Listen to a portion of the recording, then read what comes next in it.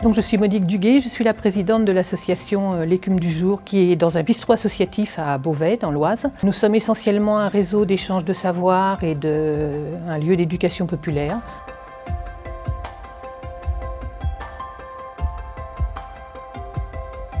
Parce qu'il nous semble que ça correspond réellement à un besoin. On est dans un quartier où les besoins sont évidents. Et puis peut-être justement aussi parce qu'on est un lieu atypique, on est quand même déjà un bistrot associatif et que donc peut-être que pour certaines personnes c'est plus facile de pousser la porte d'un bistrot que d'aller voir au CCAS ou dans des organismes plus officiels, je dirais, plus réglementés.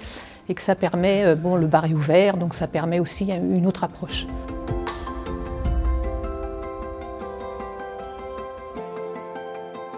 Alors là, actuellement, il y a 3 fois par semaine, dans nos locaux, soit des permanences, c'est-à-dire que là, on vient pour un problème particulier, pour se faire aider et accompagner vers l'autonomie, soit effectivement des ateliers autour d'un thème, comment se protéger davantage, comment protéger ses données, les jeunes et le cyberharcèlement, par rapport à un thème particulier. Et autrement, pour le moment, le conseiller numérique intervient aussi à la médiathèque centrale. Par exemple, je sais qu'il est en lien avec une association qui accueille des personnes handicapées pour voir ce qu'on peut mettre en place, parce que là c'est quand même un public très spécifique aussi. Ils ont le matériel, on a les compétences, on devrait pouvoir faire des choses ensemble.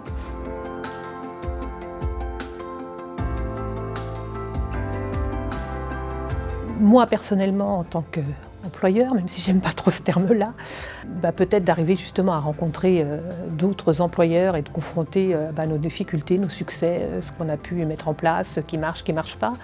Bon là, j'aurais pu être par exemple à l'atelier justement comment pérenniser, donc je me suis renseignée, je devrais pouvoir avoir les renseignements. Et puis je pense de la part du conseiller numérique aussi, voir avec ses collègues un peu la même chose en fin de compte, parce que lui aussi il a intérêt à ce que le poste se pérennise de toute façon. Et puis des échanges de pratiques, des informations nouvelles, comme ça évolue aussi beaucoup.